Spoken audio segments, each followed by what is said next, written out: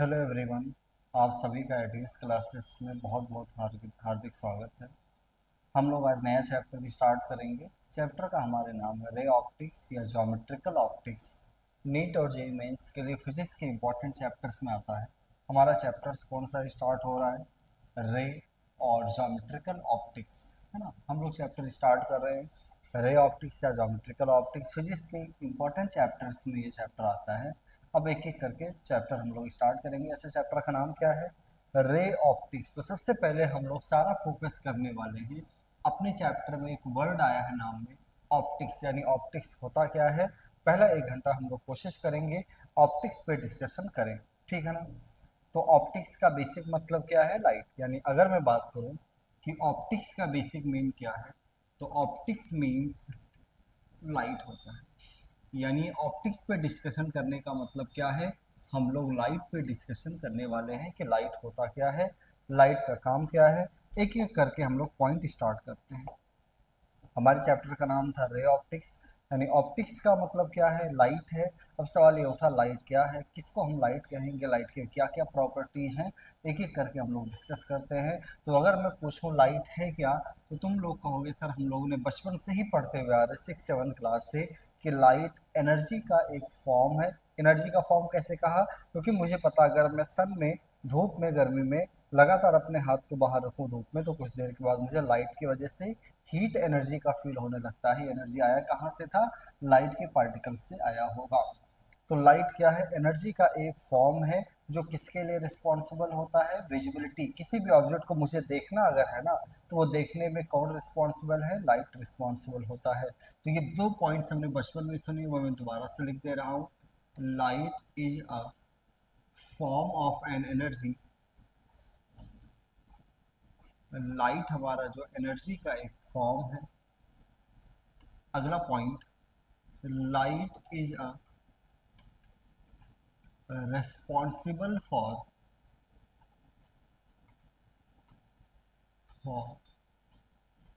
visibility of an object। Light जो है किसी भी ऑब्जेक्ट की विजिबिलिटी के लिए रिस्पॉन्सिबल है।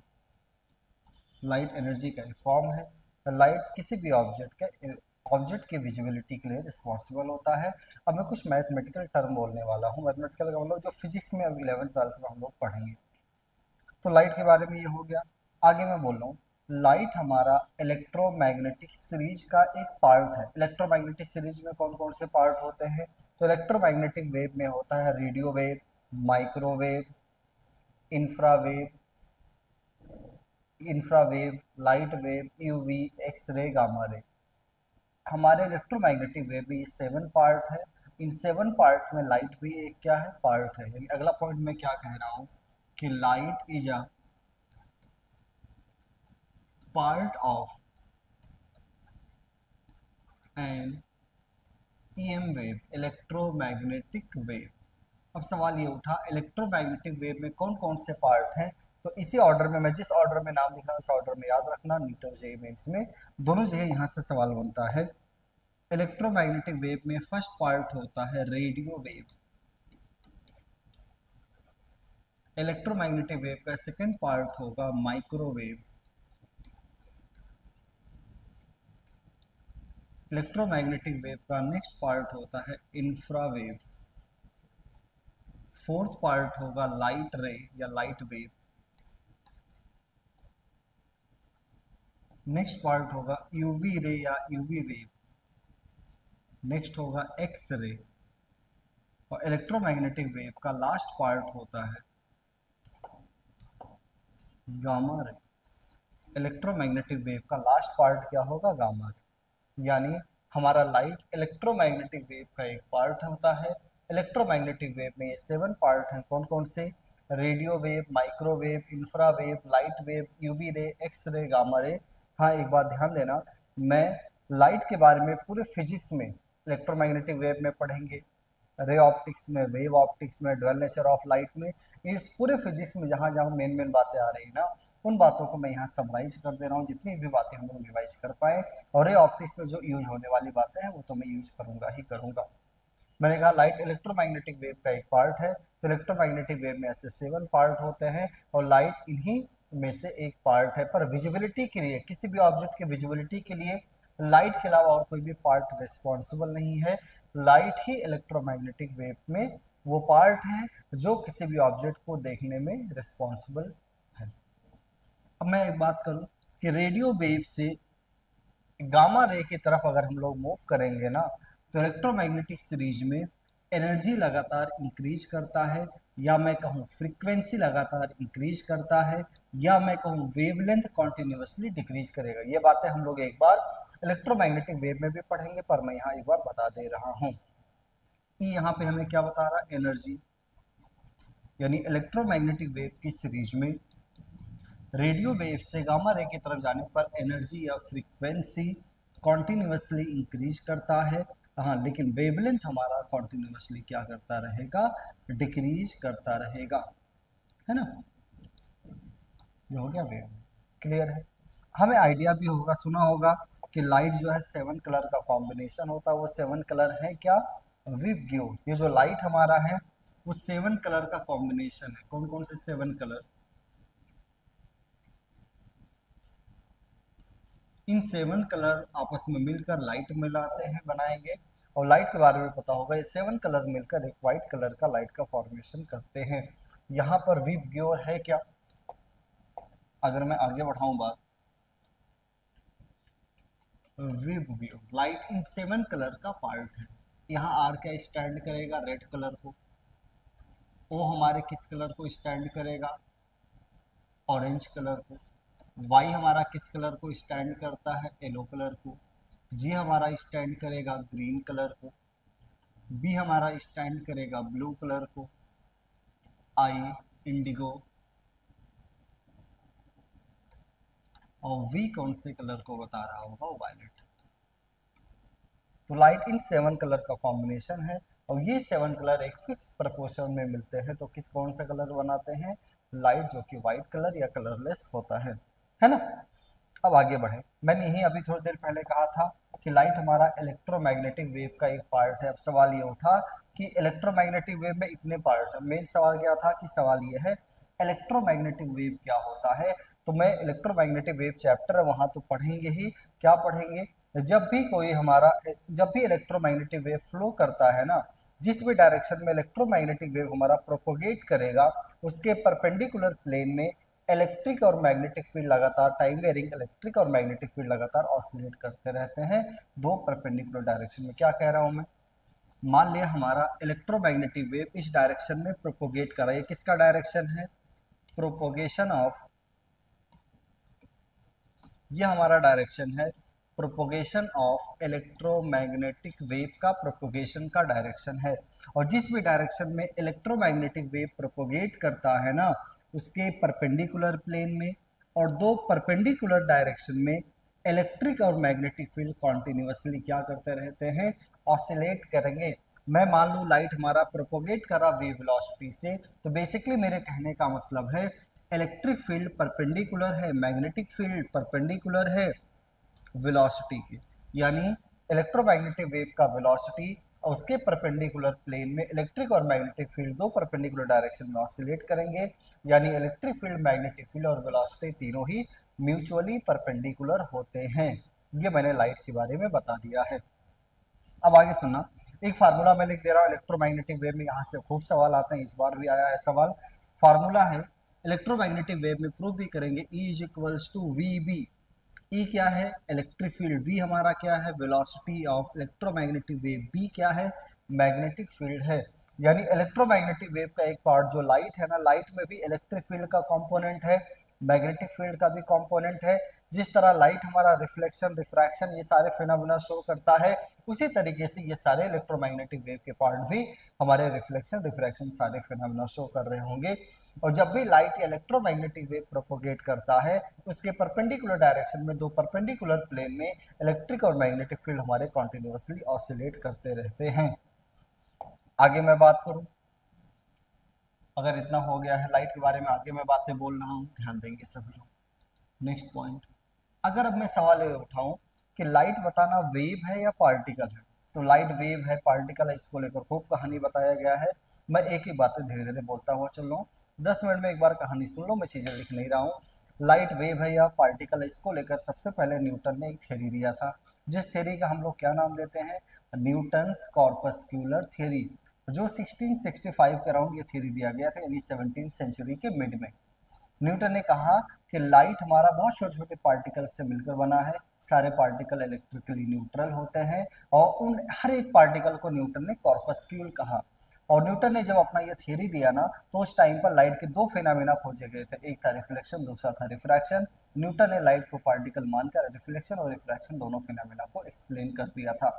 न्यूटन के थ्योरी देने के 1665 में देने के बाद में, उसी के कुछ एक दो चार साल के बाद में 1668 के अराउंड हाइगन्स ने एक प्रिंसिपल दिया, जो प्रिंसिपल है क्या, हाइगन्स वेव फ्रंट मॉडल। ये हाइगन्स वेव प्रिंसिपल या हाइगन्स प्रिंसिपल हम लोग हमारे सिलेबस में अभी भी हम लोग वेव ऑप्टिक्स में पहला ही टॉपिक यही पढ़ेंगे, पर अभी मैं हाइगन्स की कुछ एक दो बातें बताऊं। तो हाइगन ने कहा कि लाइट हमारा वेव है, न्यूटन ने क्या कहा था, लाइट पार्टिकल है। न्यूटन ने कहा, हाइगन ने क्या कहा, लाइट हमारा वेव है, और लाइट वेव फ्रंट के फॉर्म में ट्रेवल करता। हाइगन ने वेव फ्रंट का कॉन्सेप्ट दिया था। हाइगन ने एक दो बातें गलत भी बताया। हाइगन ने कहा कि लाइट हमारा लॉन्गिट्यूडनल वेव है, ये मैकेनिकल वेव है, जबकि आजकल हमें पता है कि लाइट हमारा नॉन मैकेनिकल वेव है और लॉन्गिट्यूडनल नहीं ट्रांसवर्स वेव होता है। जबकि हाइगन ने कहा कि लाइट हमारा लॉन्गिट्यूडनल और मैकेनिकल वेव है। पर हाइगन का एक अच्छी बात क्या कहा उन्होंने, वेव फ्रंट का कॉन्सेप्ट दिया था, जो कि चैप्टर आता है तो हम लोग पढ़ते भी हैं, जो आज भी हम लोग पढ़ते हैं, हमारे लिए ज़्यादा यूजफुल है YDSC वगैरह पढ़ने में। पर न्यूटन ने कहा कि लाइट पार्टिकल है, हाइगन ने कहा लाइट वेव है। हाइगन ने भी वेव मानकर रिफ्लेक्शन और रिफ्रैक्शन दोनों फिनोमेना को एक्सप्लेन कर दिया। लेकिन प्रॉब्लम ये हुआ, क्योंकि उस टाइम पे न्यूटन बड़े साइंटिस्ट थे, तो लोगों ने कहा नहीं, हाइगन की बात जो है ना वो गलत है। लोगों ने न्यूटन की बात को सही माना, क्योंकि ऐसा हो नहीं सकता कि एक ही मैटर के बारे में हम लोग कहें वो वेव भी है, एक ही मैटर के बारे में हम लोग कहें वो पार्टिकल भी है। ऐसा तब तक हमें नहीं लगता था कि एक ही ऑब्जेक्ट, एक ही मैटर हमारा पार्टिकल और वेव दोनों हो सकता है। तो लोगों ने कहा न्यूटन की कॉर्पस्कुलर थ्योरी सही है, हाइगन का वेव फ्रंट मॉडल सही नहीं है। पर आगे चल के लगभग 100 सालों तक न्यूटन की ये बात सही मानी गई कि लाइट हमारा पार्टिकल है, वेव नहीं।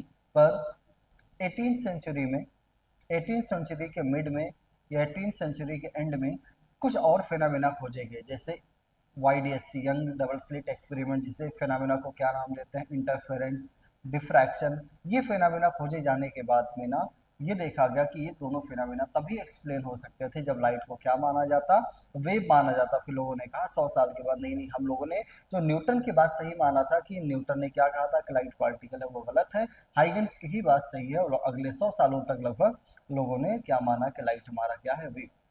पर दिक्कत यह है, लगभग 100 सालों यानी 19 सेंचुरी के अराउंड 1887 में फोटो इलेक्ट्रिक इफेक्ट का डेवलपमेंट हुआ, या कुछ और भी एक्सपेरिमेंट खोजे गए, जिससे ये पता चला कि वो जैसे फोटो इलेक्ट्रिक इफेक्ट हो गया, कॉम्पटन इफेक्ट हो गया, एक्सरे वगैरह का जब डेवलपमेंट हुआ, तो ये देखा गया ये तभी एक्सप्लेन किए जा सकते हैं जब लाइट हमारा क्या रहे, पार्टिकल है। अब दिक्कत यह है, कुछ एक्सपेरिमेंट पहले रिफ्लेक्शन रिफ्रैक्शन थे, जो पार्टिकल मानो वेव मानो दोनों से एक्सप्लेन हो रहे थे। उसके बाद इंटरफेरेंट डिफ्रैक्शन देखा, जो सिर्फ वेव मानकर एक्सप्लेन हो रहे थे। अब हमने Compton effect, photo electric effect देखा, जो लाइट को क्या मानने पर एक्सप्लेन हो रहा था, पार्टिकल। अब लोगों में कन्फ्यूजन बढ़ा कि लाइट एक्चुअल में पार्टिकल है या वेव है। इस टाइम तक आइंस्टीन आ चुके थे। 1905 में आइंस्टीन ने लाइट को लेकर एक थियरी दिया, जिस थियरी को हम लोग ड्वेल नेचर ऑफ लाइट कहते हैं। और इस थ्योरी के अकॉर्डिंग, आइंस्टीन के अकॉर्डिंग, कि लाइट हमारा पार्टिकल भी है, लाइट हमारा वेव भी है। लाइट ड्वेल नेचर शो करता है, पार्टिकल जहाँ रिक्वायरमेंट है पार्टिकल का नेचर शो करने का, वहाँ पार्टिकल का नेचर भी शो करेगा। जहाँ रिक्वायरमेंट है वेव नेचर शो करने का, वहाँ वेव नेचर भी शो करेगा। तो आइंस्टीन ने कहा कि लाइट में ड्वेल नेचर होता है। इसी बात को लेकर आइंस्टीन को 1920 के अराउंड नोबेल प्राइज भी मिला था। ठीक है ना। इसके बाद में अब मैं, ये कहानी होगी यानी हमारे मन में आ गया। अगर हमसे अभी कोई पूछे लाइट क्या है, तो मैं कहूँगा लाइट हमारा वेव भी है, लाइट हमारा पार्टिकल भी है। अब सवाल ये उठा, अगर लाइट वेव है तो लाइट के वेव नेचर को लेकर मैं लेटेस्ट जो हमारे पास थ्योरी हो, मैक्सवेल की थ्योरी, जो इलेक्ट्रोमैग्नेटिक वेव में हम लोग पढ़ते भी हैं, और वहाँ से एक दो बातें मैं लिखूँ कि लाइट कौन सा वेव है। मैकेनिकल वेव नहीं, न्यूटन ने कहा था, सॉरी हाइगन्स ने कहा था कि लाइट मैकेनिकल वेव है, जबकि मैक्सवेल ने आगे चल के क्या कहा कि लाइट हमारा non mechanical wave. Newton, Huygens ने क्या, वो सॉरी मैक्सवेल ने कहा कि light is non mechanical wave. हाइगन ने कहा कि लाइट हमारा कैसा वेव है, एक नॉन मैकेनिकल वेव है। अब सवाल ये उठा, नॉन मैकेनिकल वेव होता क्या है? तो नॉन मैकेनिकल वेव का मतलब है एक ऐसा वेव जो विदाउट मीडियम भी ट्रैवल की कर सके, यानी एक ऐसा वेव जो बिना मीडियम के भी ट्रैवल कर सके, वैक्यूम में भी ट्रैवल कर सके, ऐसे वेव को नॉन मैकेनिकल वेव कहते हैं। और जो वेव बिना मीडियम के ट्रैवल ना कर सके उसे मैकेनिकल वेव कहते हैं। जैसे मैं बोल रहा हूँ साउंड वेव, अगर मेरे और कैमरे के बीच में एयर नहीं का मीडियम नहीं होता तो जो मैं बोल रहा हूँ ना वो रिकॉर्डिंग हमारा नहीं हो पाया होता। यानी साउंड वेव हमारा मैकेनिकल वेव है, लेकिन लाइट वेव मीडियम रहे तब भी ट्रेवल करेगा, मीडियम ना रहे तब भी ट्रेवल करता है। इसलिए कैसा वेव होता है लाइट वेव हमारा? नॉन मैकेनिकल वेव है। नॉन मैकेनिकल वेव का मतलब क्या है? It can travel in vacuum, और ये वैक्यूम में भी ट्रेवल कर सकता है। नेक्स्ट कहा मैक्सवेल ने कि लाइट, हाइगन ने कहा था कि लाइट हमारा लॉन्गिट्यूडनल वेव है, जबकि लॉन्गिट्यूडनल वेव किसे कहेंगे? जब लाइट ट्रेवल करे ना और मीडियम के जो पार्टिकल है या इलेक्ट्रिक और मैग्नेटिक फील्ड लाइट के प्रोपोगेशन के डायरेक्शन में ऑसिलेट करता हो तो लॉन्गिट्यूडनल वेव है। जबकि अभी मैंने बताया है जिस डायरेक्शन में लाइट प्रोपोगेट करता है उसके परपेंडिकुलर प्लेन में दो परपेंडिकुलर डायरेक्शन में टाइम वेरिंग इलेक्ट्रिक और मैग्नेटिक फील्ड ऑसिलेट करता रहता है, यानी ये ट्रांसवर्स वेव है ना कि लॉन्गिट्यूडनल वेव है। Light is a transverse wave. Light हमारा कैसा वेव है? ट्रांसवर्स वेव है। अब लाइट की वो प्रॉपर्टीज हम लोग देखने जा रहे हैं जो इस चैप्टर में काम आएगा, देखते रहना। इस चैप्टर में लाइट को हम लोग रे की तरह ट्रीट करेंगे, यानी हम लोग क्या देखने जा रहे हैं? Rectilinear propagation of light. Rectilinear propagation of light. Rectilinear propagation of light क्या होता है? ध्यान से सुनते रहना। मैं कह रहा हूं ये माना गया कि लाइट एक होमोजीनियस मीडियम में एक रेक्टिलिनियर पाथ पर बिना विदाउट एनी डेविएशन ट्रेवल करता रहता। क्या क्या मैंने कहा? एक होमोजीनियस मीडियम में light without any deviation rectilinear path यानी स्ट्रेट पाथ पे ट्रेवल करता रहता है। और कब तक ट्रेवल करता रहेगा? जब तक उसके रास्ते में कोई हिंड्रेंस वगैरह ना आए, कोई रुकावट ना आए या उसका मीडियम ना चेंज हो रहा हो, तब तक एक होमोजीनियस मीडियम में लाइट विदाउट एनी डेविएशन एक रेक्टिलिनियर पाथ पे ट्रेवल करता रहता है। इसी को हम लोग रेक्टिलिनियर प्रोपोगेशन ऑफ लाइट भी कहते हैं। रेक्टिलिनियर प्रोपोगेशन ऑफ लाइट का मतलब क्या है? Light will travel along a rectilinear या straight path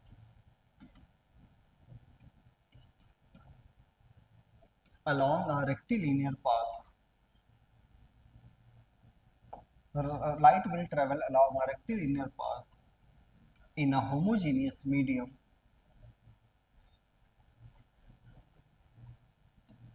in a homogeneous medium without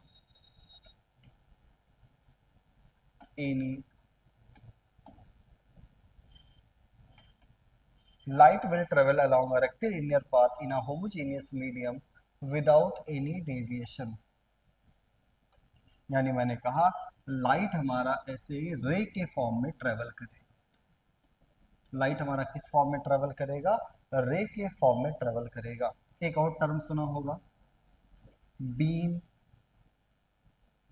of light. Beam of light का मतलब क्या है? तो लाइट के ऐसे कलेक्शन ऑफ रेज को हम लोग क्या नाम देंगे, या बंडल ऑफ रेज को हम लोग क्या कह देते हैं? Beam of light. तो बीम ऑफ लाइट क्या है? बेसिकली बंडल या कलेक्शन ऑफ रेज को, कलेक्शन ऑफ रेज को हम लोग बीम ऑफ लाइट कहेंगे। बीम हमारे तीन तरीके के हो सकते हैं, parallel beam, converging beam, diverging beam. तो बीम भी हमारे कितने टाइप के हो सकते हैं? तो बीम का पहला टाइप हो सकता है हमारा पैरेलल बीम। अच्छा, पैरेलल बीम किसे कहोगे? अगर रे के बीच का सेपरेशन लगातार सेम रहे, यानी रेज आपस में पैरेलल रहे ना, तो ऐसे बीम, ऐसे कलेक्शन ऑफ रे को या बंडल ऑफ रे को हम लोग क्या नाम देते हैं? पैरेलल बीम कहेंगे। मैं ज़्यादा लिख नहीं रहा हूँ। सेकंड अगर मैं बात करूँ, हमारा कन्वर्जिंग बीम क्या होगा। कन्वर्जिंग बीम के बारे में अगर मुझे एक लाइन लिखना हो तो मैं क्या लिखूंगा, मैं बोल दे रहा हूँ, फिर ये डायग्राम बना दूंगा। अगर रे जिस डायरेक्शन में प्रोपोगेट कर रहा है ना, उस डायरेक्शन में प्रोपोगेट करते हुए उनके बीच का सेपरेशन, रेज के बीच का सेपरेशन कॉन्टिन्यूसली डिक्रीज करे, तो ऐसे बीम को कन्वर्जिंग कहेंगे।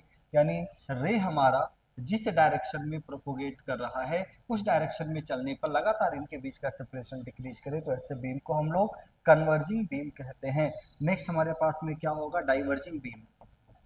डाइवर्जिंग बीम क्या होगा, तो डाइवर्जिंग बीम के बारे में मैं कह रहा हूँ ना, रे जिस भी डायरेक्शन में प्रोपोगेट कर रहा है, अगर उस डायरेक्शन में प्रोपोगेट करते हुए रेज के बीच का सेपरेशन कॉन्टिन्यूसली इंक्रीज करता रहे, यानी रेज के प्रोपोगेशन के डायरेक्शन में इनके बीच का सेपरेशन लगातार इंक्रीज करता रहे, तो ऐसे बीम को हम लोग क्या नाम देते हैं, डाइवर्जिंग बीम कहेंगे। ठीक है ना। तो ये मैंने रे रेक्टिलिनियर प्रोपोगेशन ऑफ लाइट के बारे में कुछ बातें कहा। अब हम लोग आगे बढ़ते हैं, देखते हैं लाइट के बारे में कुछ और प्रॉपर्टी। ठीक है, इसके बाद में अगला पॉइंट अपना क्या है, लाइट का वैक्यूम या एयर के मीडियम में स्पीड कितना होगा, 3 × 10⁸ मीटर पर सेकेंड होता है। क्या कह रहा हूँ मैं, क्या बता रहे हैं सर, ये सारी बातें पता क्या है, ये है कि लाइट के बारे में हम लोग चैप्टर शुरू करें लाइट का, तो लाइट के बारे में आइडिया तो होना चाहिए। तो लाइट के बारे में मोटी मोटी जो बातें फिजिक्स में आती है ना, वो मैं एक साथ ही समराइज कर दे रहा हूँ। कुछ बातें इस चैप्टर में यूज होंगी, कुछ बातें डिफरेंट डिफरेंट चैप्टर में यूज होंगी। बहुत सारी बातें मैंने बोला है इस लैंग्वेज में, लिखा नहीं है, क्योंकि पूरे फिजिक्स की बातें मैंने एक साथ बोल दिया, उसको लिखना एक साथ बहुत सारा टाइम हमारा लगेगा, तो वो पॉसिबल थोड़ा नहीं है। अगला पॉइंट मैंने क्या कहा है, speed of light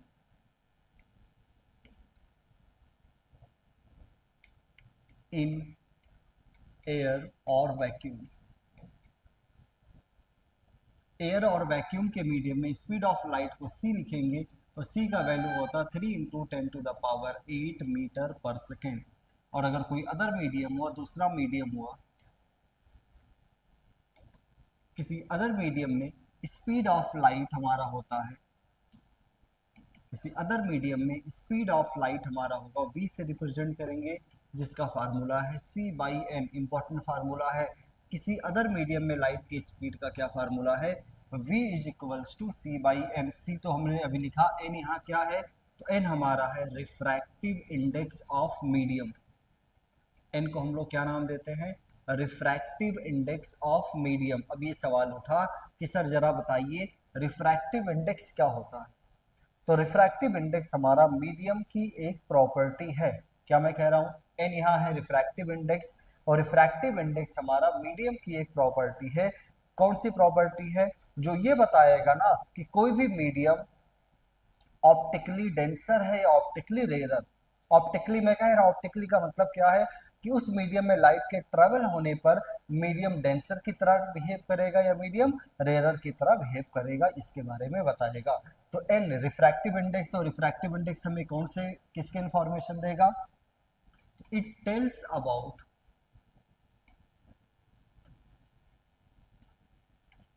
medium,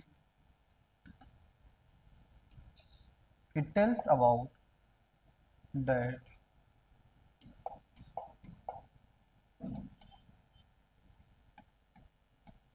a given medium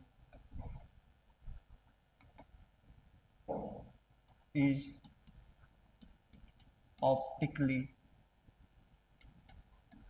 rarer or optically denser।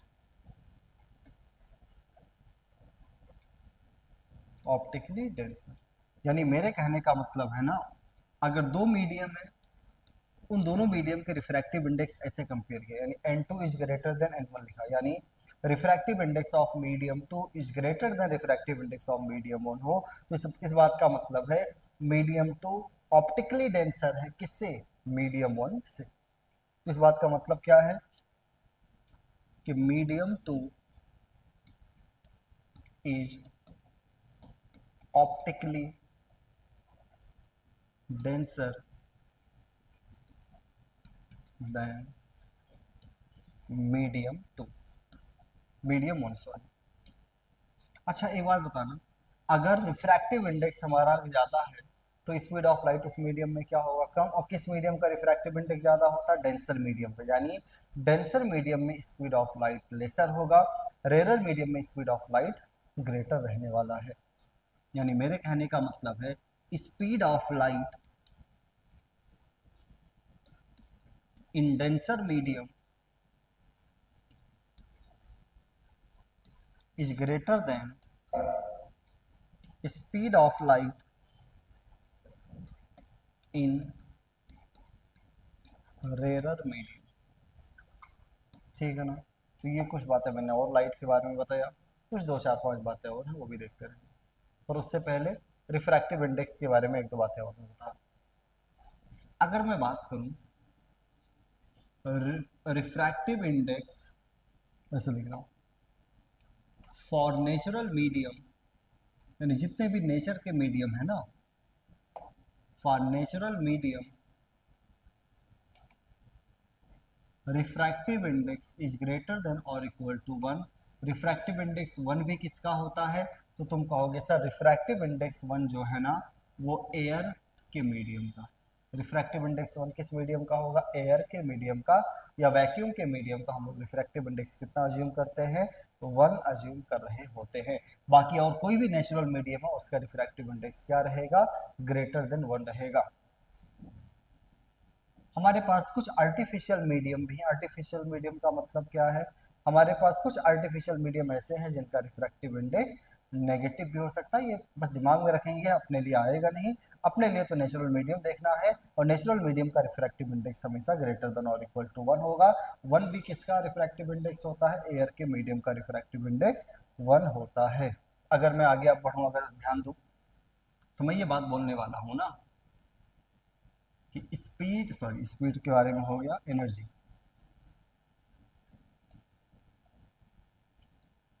क्या उससे पहले बात सुन, हम लोग डुअल नेचर में पढ़ेंगे अभी। ये कहा गया कि लाइट के एक पार्टिकल को फोटोन या क्वांटा कहते हैं, और फोटोन या क्वांटा का जो एनर्जी होता है वो hc/λ या h इंटू फ्रीक्वेंसी होता है, और उसके मोमेंटम का फार्मूला है, इंटेंसिटी का फार्मूला है, वो मैं एक एक करके लिख दे रहा हूँ। मैं क्या कह रहा हूँ, particle of a light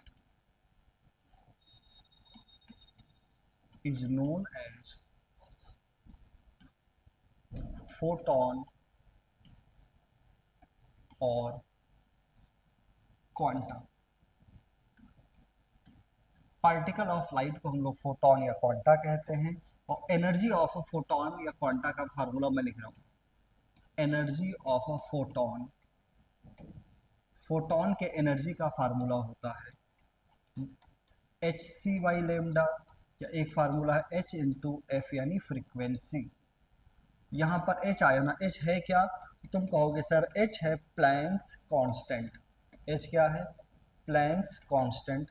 h का वैल्यू होता है 6.626 इंटू 10⁻34 जूल सेकेंड।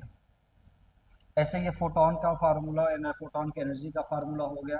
मैं मोमेंटम का फार्मूला अगर लिखूं, मोमेंटम ऑफ फोटोन का फार्मूला होता है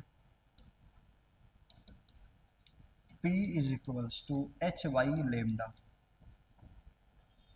ठीक है ना। एक आध फार्मूले में और लिख दे रहा हूँ जो इस चैप्टर में भी काम आता है। अगर कभी भी ये पूछे लाइट ट्रैवल कर रहा है ना, तो लाइट या वेव जब भी ट्रैवल करता है तो हमारा उसका मोशन यूनिफॉर्म होता है।